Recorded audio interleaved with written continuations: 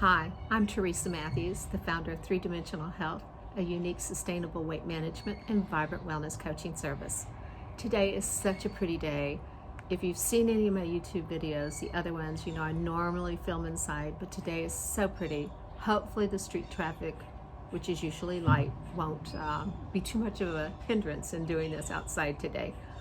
In any event, today what I wanted to share a few thoughts about is our sweet tooth. I have one, and maybe you do, and what I want you to know is you're not alone. Almost everybody has a sweet tooth. We are in fact genetically hardwired to prefer a sweet taste over bitter. Infants and primates inherently reject foods that are bitter.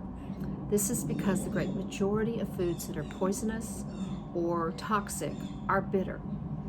The preference for foods that are sweet is thus an important survival mechanism left over from our hunter-forager days.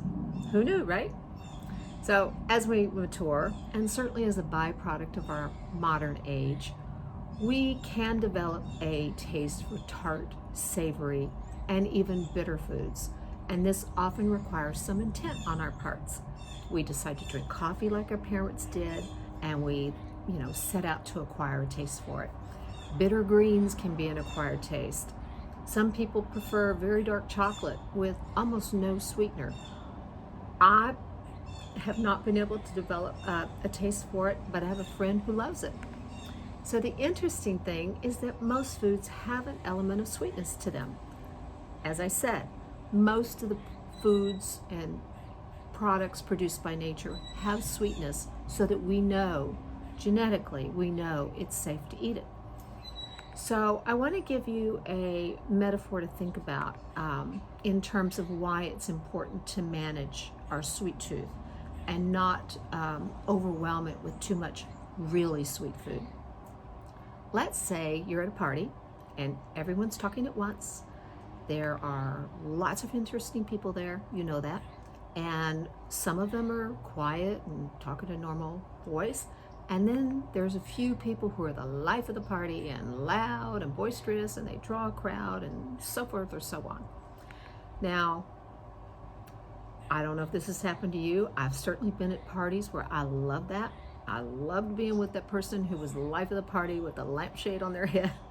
But I've also been at parties where I've been in a position to get to know some of the quieter people in the room, only to discover a person with a droll sense of humor or a really interesting life story, and they found them utterly sweet and delightful.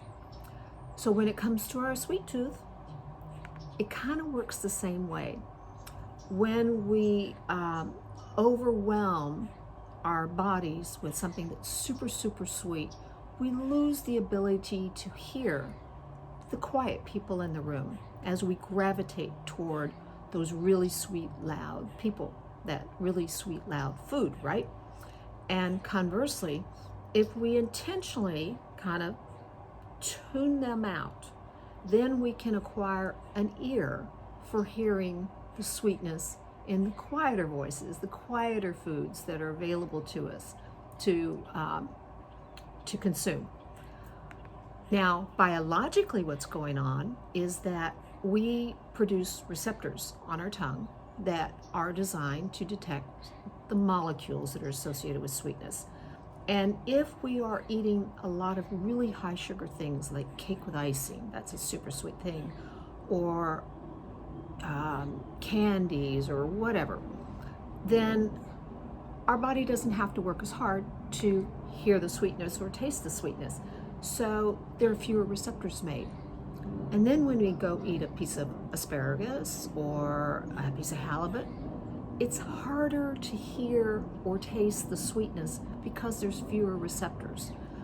Now our body can't keep making that many receptors with the super, with all the donuts, because it'll just be overwhelming. It has to downregulate them. So then we start, really, because we have a craving for sweet foods, it's genetically wired into us, we tend to keep moving towards sweeter and sweeter things. And that's just really not a recipe for health. So the way to manage this is to begin to manage those loud voices in the room, those super, super sweet things. We don't have to give them up. We just need to make sure that when we go to that sweet party, whatever it is, that sometimes we listen, and pay attention to the loud voice in the room, but a lot of the time we're mingling with all the other guests and noticing how sweet they are too, all the other foods in our diet. So again, you don't have to give anything up, but it does need to be managed. So here's an example from my own life of what I did. I, with COVID, found myself at home, kind of cut off from the world for a while. And so I started having a glass of wine every day.